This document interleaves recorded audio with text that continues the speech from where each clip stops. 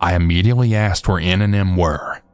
She told me that they had left a second-story window open, and that they had planned to hop the 6-foot wooden fence, climb outside of the house and onto the second-story balcony, then climb onto the window and watch TV all day long instead of going to their ballet class, since they knew I couldn't leave the 8-year-old by herself in another town to go pick them up. This was the kind of thing I dealt with on the daily. These kids were wild, and they were pushing every button they could, as well as testing all of my limits. And when I would try to be firm with them and send them punishments, their mom would come along and then believe the child over me and take back the punishments. I ended up being the bad guy who everything got blamed on in the household. By my second month there, I was silently crying every time I took a shower as hard as I've ever cried in my life. Because they were only paying me around $200 a month, and the exchange rate was bad, in addition to everything being more expensive in Germany, I was burning through my savings very fast. Granted, I was doing some souvenir shopping on the 2 days I had off that I was allowed in the 3 months I was there. I remember being so stressed and not knowing how to fix the dynamics that had developed, and whenever I would call home, my family couldn't understand why I was so stressed and unhappy. Eventually, I got the courage to tell Miss V that I wanted to leave and that the kids hated me. She yelled at me regularly because somehow every time they misbehaved, it was my fault for not managing them better. Of course, how are you supposed to manage kids when you're not allowed to punish in any way, or when you try to force the punishment, the mom takes it away? When I told her this just wasn't working and that I wasn't a good fit for their family or lifestyle, she said something along the lines of, "We had a verbal contract that you'd be here for 6 months. You're not leaving earlier than that."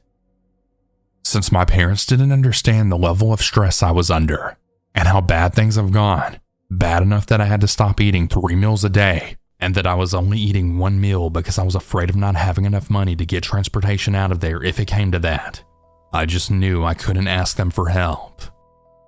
I wanted to run away and get a ticket back to the States, but I didn't speak any German, and I was unaware that you could translate web pages into other languages, so I thought I couldn't even do it online without being able to read German. Miraculously, my visa never came through to stay in the country as a tourist, since they had told me to get a tourist visa and not an au pair visa, because our agreement didn't constitute what was legally permitted in Germany for an au pair because of how little they paid me. Red flag number 1 that I majorly missed. So it's now the 3-month mark. Mr. V was able to come home for the first time, and he tried his hardest to get buddy-buddy with me. He tried to convince me to stay in the week he was there, and I'm scared to say that it almost worked. Because of my abuse at 14 years old, I'm fairly easily swayed by older men's opinions and approval. He tried to act like a father figure to me, and when that didn't work, I couldn't put my finger on exactly what he was trying, but something about it felt very unnatural, and that scared me just enough to swear for the first time in my life. I then stood up for myself, and I told them I was going to leave without their help, at which point he then said, "Since you broke our contract, you have to pay us back the $1,000+ for the tickets I got you, or I won't help you book a ticket back." And the last-ditch effort to change my mind, Miss V then said, "Are you sure your parents will even let you come back? That's a lot of money to spend without asking them." To which I responded, "It's my own money that I earned from my part-time job before this." I guess the takeaway from this is that not all scary stories involve kidnappings and murders. You can also be traumatized by trusting the wrong people, by taking a job and leaving the country. I walked away from this experience, but that doesn't mean that I don't have scars. I developed an unhealthy relationship with food because of starving myself so that I'd have enough money to leave the country. I couldn't work with kids for a while, which was my passion. I didn't trust women because of the physiological abuse from yelling and mind games that mom inflicted on me, and I had dealt with a lot of anxiety and depression in the past, but I developed suicidal tendencies that have plagued my life ever since. It's been 9 years, and I'm still working through all the trauma with a therapist. Be careful out there.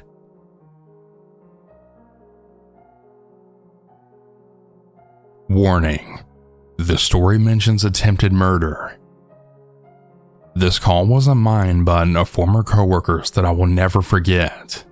I was a 911 dispatcher for a short period of time, and I've heard a lot of terrible calls.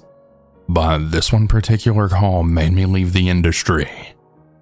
I worked in a smallish but most would call extremely safe town where crime rate happened, but people would still feel safe sleeping with their doors unlocked. It's grown over the last few years, which unfortunately so has the crime rate, but I would still consider it one of the safest places to live in my state. I remember I was on the day crew that month, and throughout the whole day we were getting pretty rough calls. From break-ins to carjackings to several car accidents.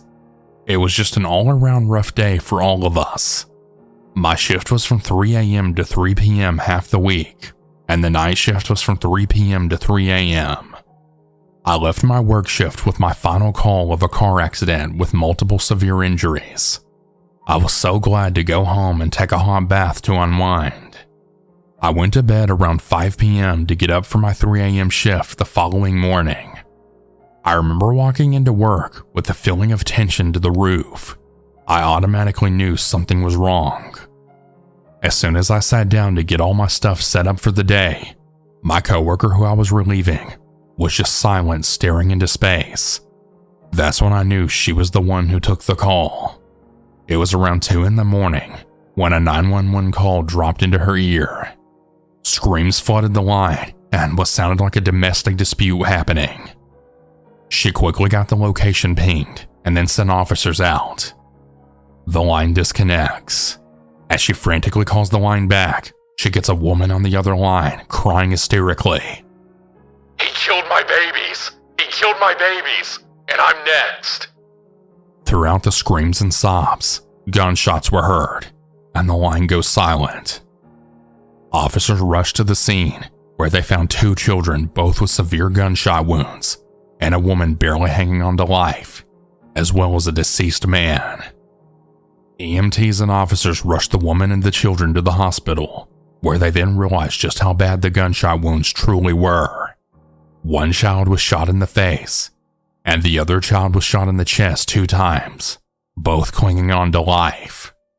The woman was shot in the chest, back, and leg, and was put on life support. The father was the culprit, who ultimately committed suicide.